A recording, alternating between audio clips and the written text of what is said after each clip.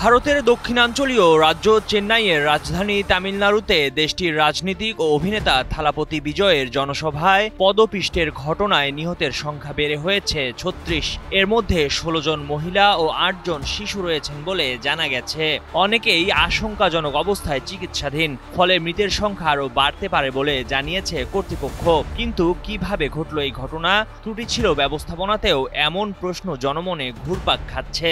বিজয়ের জনসভায় ৩০,০০০ জনের জমায়েতের অনুমতি নেওয়া হয়েছিল, কিন্তু জড়ো হন প্রায় দ্বিগুণ মানুষ। মূল বক্তা বিজয়, সভা শুরুর হওয়ার কথা দুপুরে, কিন্তু অভিযোগ প্রায় ৬ ঘন্টা দেরিতে পৌঁছান বিজয়। ততক্ষণে ভিড়ের মাত্রা ছাড়িয়ে যায়, অনেকে গরমে অসুস্থ হয়ে পড়েন। সন্ধ্যা ৭টা ৪৫ নাগাদ পদপিষ্টের ঘটনাটি ঘটে। তার কিছুক্ষণ আগেই বক্তৃতা শুরু করেন বিজয়। আচমকা হুড়োহুড়ি পড়ে যায়। প্রিয় অভিনেতাকে সামনে থেকে দেখতে একসঙ্গে মঞ্চের দিকে এগিয়ে যান অনেকে।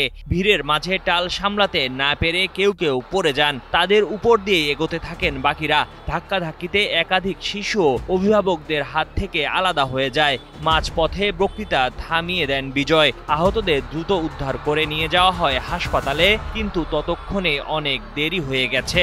জনসমাগম ব্যাপক বৃদ্ধি পাওয়ায় পরিস্থিতি নিয়ন্ত্রণের বাইরে চলে যায় বলে জানিয়েছে স্থানীয় কর্মকর্তারা।